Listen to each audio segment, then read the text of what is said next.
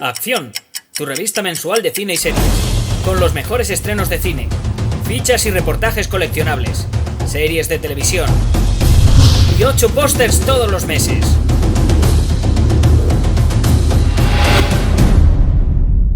Búscala en tu kiosco. Muy buenas amigos y suscriptores del canal de Acción Cine, un día más una nueva video review. Es el tercer intento que hago porque no me sale una palabra del inicio, pero ya por fin me ha salido. Dispénsenme, porque además les traigo una nueva videocrítica, en este caso de una película que creo que les va a gustar bastante, que es Los dos papas. Últimamente están los papas de moda y ahora explicaremos por qué. Y para ello antes permítanme que les presente la revista de este mes, que viene con una sección de director de culto, de autoría, que es Roman Polanski. Viene con el coleccionable, la cartelmanía de la primera parte de la obra de Roman Polanski, que creo que puede ser muy interesante para los cinéfilos, porque llega hasta Chinatown, hasta Macbeth, Tess, como pueden ver, está aquí, con los carteles, esta sección, y esta película está dirigida por otro autor, que es Fernando Mireles. Y a la gente del cine autor, pues en acción no solamente hay acción, también hay mucho cine de calidad, mucho coleccionable y mucho cine de autor, como puede ser este coleccionable de Roman Polanski. Así que no se lo pierdan, ahí les van a contar de todo y todo bueno. Y yo mientras les voy a hablar de Los dos papas. Para mí, una gratísima sorpresa, película de Fernando Mireles. Creo que es un director al que todos conocemos, porque es el director es el hombre que le consiguió el Oscar a Rachel Weisz, ni más ni menos. O sea que no estamos hablando de un Mindundi ni por ahí, porque podría ser que ustedes pensasen que Fernando Mireles acaba de llegar, pero es el hombre que le consiguió el Oscar a... Estoy aquí pisando en barro y lo mismo me mato. Es el hombre que le consiguió el Oscar a Rachel Weisz por su papel en El jardinero fiel. Es el director del Jardinero fiel, es el director de A ciegas y es el director de Ciudad de Dios. No es un Mindundi, no es manco, es un director brasileño con muchísimo talento y aquí lo vuelve a demostrar. Y lo vuelve a demostrar con una película que no es sencilla. No es sencilla por 1000 motivos. No vivimos en unos tiempos en los que la Iglesia Católica sea precisamente la institución más popular de nuestro mundo. No vivimos en unos tiempos en los que la religión sea precisamente, en general, uno de los temas más fáciles de tratar o más sencillos de hablar de nuestra época. Y sobre todo cuando hablas de una película, y sobre todo con todas las polémicas que han surgido alrededor de la Iglesia Católica, pero sobre todo cuando hablas de una película, Los dos papas, que trata la religión desde el punto de vista de la fe. No desde el punto de vista de la crítica, de la polémica, de la propia polémica generada por la Iglesia, de las dudas, no.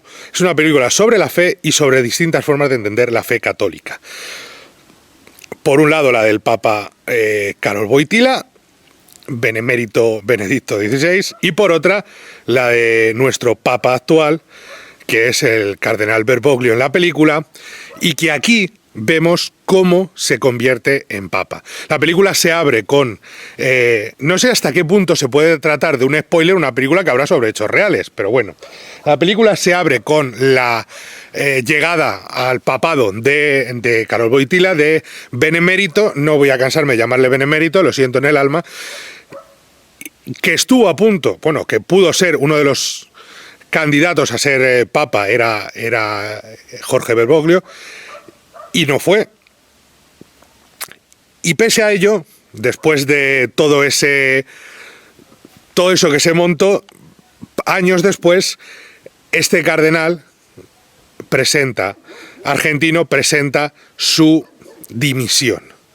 Él presenta su renuncia, intenta dejar su trabajo como cardenal para dedicarse a ser un simple sacerdote. Con lo cual quiere reunirse con el Papa. Y no le hace mucho caso hasta que el Papa le llama a filas. Le dice, ven a Roma. Y dice, anda, mira, pues por fin alguien contesta a mis plegarias. Y toda la película, el 90% de la película es un duelo de titanes entre el cardenal y el Papa. Y sus distintas formas. Y aquí llega el diálogo real de la nueva iglesia que propone el Papa nuevo y la nueva iglesia, la antigua iglesia que propone Benemérito. Y Sí es verdad que evidentemente si usted no es cristiano ni católico, la película le puede importar un pimiento y parte del siguiente. Y es verdad, y es lógico, y lo entenderíamos todos, es lógico. Yo, en muchos sentidos, está diciendo, tienes un problema, venderle esto a la gente a la que la religión no le importa, desde este punto de vista, desde el punto de vista de la fe.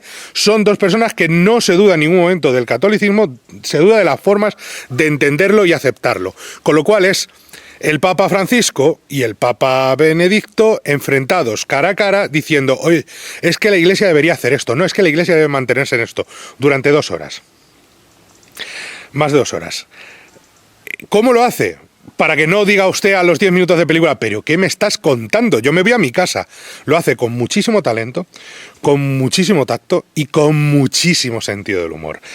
Ver al Papa Francisco, ver al Cardenal Jorge haciendo lo que hace y cómo lo hace, y ver a Anthony Hopkins y a Jonathan Pryce enfrentados, uno defendiendo la iglesia antigua, rancia, con un poquito de olor a sacristía y a cerrado, olor a cuco, que diría un amigo mío, y otro defendiendo una iglesia mucho más aperturista, una iglesia que acepte a la gente que se ha divorciado, que acepte a la gente que es gay, que acepte a la gente que ha perdido un hijo, que todo eso, el aborto, todos esos temas se tratan en la película desde el punto de vista del catolicismo. Entendámoslo.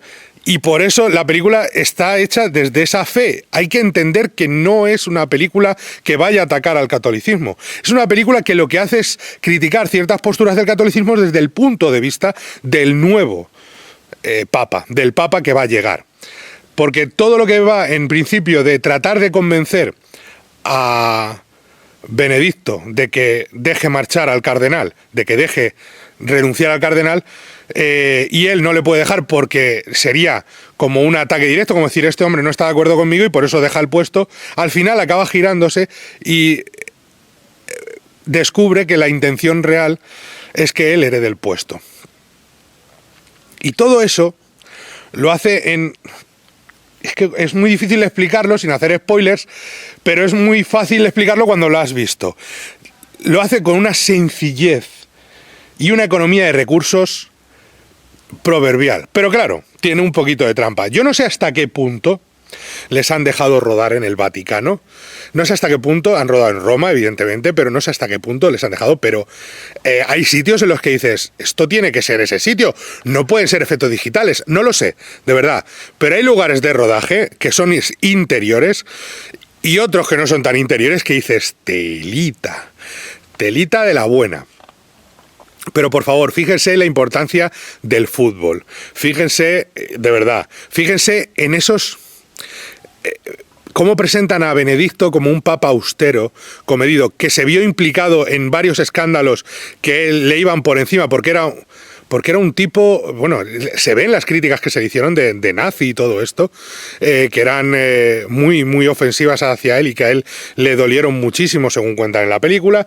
Se ve todo eso, pero se ve que tiene detalles de casi infantiles, de niño travieso y juguetón, de venga conmigo, de tomarse una fanta de naranja, de cosas, detalles que tienen muchísimo sentido del humor, pero que dan un carácter, y claro, se lo das a Anthony Hopkins, a Jonathan Pryce, y tela lo que te sacan. O sea, se hacen la película ellos dos solos con un uso maravilloso y fastuoso del control del espacio por parte de Fernando Mireles, con un uso portentoso de los diálogos y los actores y con detalles. Hay un momento en el que el cardenal Jorge está hablando con uno de los jardineros del Papa, de la residencia de verano del Papa, y el Papa no sabe ni siquiera cómo se llama y tal, y es como, vaya hombre, no, ¿qué hace usted hablando con él? Y es como, no sabía ni que existía, porque para Jorge el contacto con la gente, para el Papa Francisco el contacto con la gente era muy importante, y en el caso de Wojtyła y del Papa Benedicto, la sensación que tenían era que el Papa tenía que estar por encima del bien y del mal, ser una figura, es el enviado de Dios, es el heredero de San Pedro, con lo cual tiene que ser el que esté por encima para poder juzgar el camino de la Iglesia de una forma más coherente, sin los las debilidades de la humanidad. Y para Jorge eso no es así. Hay que mojarse y hay que meter las manos en el barro, hay que ponerse a pelear en el barro para sacarlo adelante. Quizá el Papa Francisco no ha hecho todos los cambios que se prometían y a día de hoy la Iglesia Católica sigue perdiendo seguidores y feligreses día a día. Pero sí es verdad que esa era una idea inicial que tenía y que sigue intentando mantener, pese a que hay momentos, yo he visto, todos hemos visto ese vídeo viral en el que se acerca una señora en esto y le engancha, una señora asiática y le engancha y no le suelta y tiene que quitársela casi a golpe diciendo suelte señora. Es muy divertido, pero puede ser muy peligroso, teniendo en cuenta para una figura tan importante como el Papa, que tiene línea directa con casi todos los gobiernos del planeta y los gobiernos del planeta con él. Es todo muy peculiar en la película en ese sentido, porque hace al Papa una figura muy cercana, muy humana, la de los dos. Y es un trabajo de actores, un trabajo de director y un trabajo de guión. De un guión muy medido, muy inteligente, muy divertido, muy afilado y que sabe poner el dedo en la llaga en varias cuestiones. Ya repito, el Papa Benedicto se enfrentó a varias polémicas muy importantes que minaron enormemente su papel como emisario de la Iglesia Católica y que estuvieron a punto de significar, bueno, es que es el tema de el tema de corrupción con el, no me acuerdo el nombre de la persona que era el segundo, la mano derecha del Papa, que estuvo desviando fondos y defalcando y forrándose a costa de la Iglesia y de mucho dinero de gente que donaba, y al mismo tiempo el tema de la pederastia y de muchos miembros de la Iglesia siendo acusados y descubriéndose que no solamente habían sido pederastas, sino que la Iglesia había en distintos momentos les habían cubierto y en vez de mandarlos a prisión o castigarlos, expulsándolos y mandándolos a prisión, lo habían movido de parroquia, con lo cual habían seguido en otra parroquia haciendo lo mismo. Y así, permítanme la expresión, ad nauseam. Y esos asuntos, la película mete el dedo en la llaga y dice, aquí hay un punto negro, aquí hay otro punto negro, ¿y esto qué? ¿Y esto de qué? Pero sí es verdad que no se moja del todo. O sea, mete el dedo en la llaga, pero lo saca rapidito para irse a otros asuntos, porque el Papa Benedicto enseguida descarta, dejemos esos temas, hábleme de su parroquia. Todo eso es una pena, porque si hubiera entrado a fondo a matar sería un puntito mejor. Para mí es una magnífica película, le he dado 4 estrellas y las mantengo, pero sí es verdad que si se hubiera arriesgado un poquito más, hubiera sido un poquito mejor la película. Podría haber sido una de las mejores películas del año. Sigue siendo muy buena, muy muy buena. Creo que es una de las producciones de Netflix más arriesgadas de contenido, porque no todo el mundo le va a apetecer ver una película sobre 2 papas hablando durante 2 horas, y yo lo entiendo. Soy el primero que cuando me dijeron de qué iba dije, bueno, es Anthony Hopkins y Jonathan Pryce, no creo que me decepcionen. Y es Fernando Mireles. Pero con todo, sí es verdad que le falta entrar a matar al final. Le falta una... Saben que hay coches que tienen 5 marchas y coches que tienen 6 marchas. Evidentemente todo el mundo sabe que conduzca, sabe más o menos esto. Pues cuando vas en quinta en un coche de sexta, que va el coche muy muy bien, que puedes ir a 100, 120 porque es un coche motor potente y tal, pero que el coche hay momentos en los que te pide un poco más, te dice ponme en sexta y verás como a 120 vamos silbando y sin enterarnos. Pues aquí lo mismo, la película llega a un momento determinado en el que le dice ponme a 120 en sexta y se queda en quinta. Decide, sí, vamos a buen ritmo, he metido el dedito en la llaga, pero...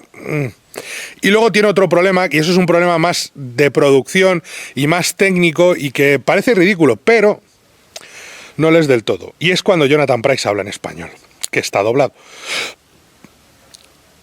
Y no funciona del todo. Es raro. Se hace muy raro porque el resto de personajes, sobre todo cuando están en Argentina, que está rodado un trocito de película, está rodado en Buenos Aires al principio, están hablando otros personajes con sonido y tú oyes a Jonathan Pryce que el hombre hace un trabajo enorme por vocalizar lo que hay, pero él no sabe hablar español. Entonces él vocaliza y tú ves que las palabras, la boca coincide, pero son 2 entes totalmente distintos, porque luego con el Papa Benedicto la película es en inglés, porque empiezan hablando en latín, otra de las cosas, que él no hablaba latín, y empiezan hablando en latín y luego no terminan de seguir y luego empiezan a hablar en inglés. Y sí, ese momento cuesta un poquito entender ese español, que está muy bien decir, joder, es que hablan en español porque es argentino, y en Argentina no va a hablar en chino, es lógico, pero a nivel de producción no termina de funcionar. Y luego hay otro aspecto que es, ya os digo, que hay un par de detallitos que son los que le quitan, y es que durante una parte de la película, no gran parte ni muchísimo menos, porque gran parte es el diálogo entre ellos dos, pero hay una parte de la película que es un flashback que nos habla de el pasado de Jorge y de por qué acabó siendo sacerdote. Y ese flashback empieza flojo, empieza muy muy flojo. Ya lo verán ustedes si no han visto la película, la escena del parque chirría mucho todo. Luego coge un poco más de fuerza, sobre todo cuando nos empieza a contar temas de la dictadura y demás, ahí sí. Pero el inicio, ya os digo que es un flashback que a lo mejor tiene peso en la historia porque habla de varios aspectos importantes de la vida de este hombre, del Papa Francisco, pero el inicio, el arranque de ese flashback, que está partido en trozos, no es de golpe todo, pero el inicio de ese flashback es como, uy, ya estás con el temita de uy, qué poco me lo creo, uy, esto ya, aquí está forzándome que me lo crea. Luego arranca, luego toma forma y luego tiene momentos brillantes, pero ese momento inicial no termina de convencerme. A mí personalmente me parece que es fallido a la hora de plantear la historia, es demasiado, ya lo verán. Si me entienden, cuando vean la película lo entenderán y sabrán a qué me refiero. Sin embargo, el resto del flashback, las otras partes funcionan mejor. Ya les digo, es una película muy inteligente, muy divertida, dramática cuando tiene que serlo, pero muy divertida. Y eso me gustó mucho, que se tomase con tanto humor el papel de estas dos personas, que al final son dos hombres. Muy bien escrita. Jonathan Pryce y Anthony Hopkins son chapó, o sea, son ellos la película. Meireles, cómo lo trata todo, su forma de encuadrar, su forma de mover la cámara, su elegancia formal, su forma de dirigir a los actores, todo es sensacional. Y ya ese es el problema, que no termina de entrar a matar, que lo del castellano, el doblaje de Jonathan Pryce es tal que así, y que al final ese flashback renquea de vez en cuando, y es una pena. Y lo he dicho, nada más que decir, espero que les haya gustado desde este paraje un poco helado ya, porque en breve va a anochecer y no hay mucho más que contar. Le dan al like, se suscriben, nos cuentan lo que quieran, compran la revista, que ahí nos pueden leer, por ejemplo, con esas fichas que les he enseñado de Polanski, nos pueden leer a mí, a mi compañero Juan Payán, a todos los miembros de la redacción. Le dan al like, se suscriben, nos cuentan lo que quieran y nos vemos en la próxima. ¡Hasta pronto! Acción, tu revista mensual de cine y series, con los mejores estrenos de cine, fichas y reportajes coleccionables, series de televisión y 8 pósters todos los meses.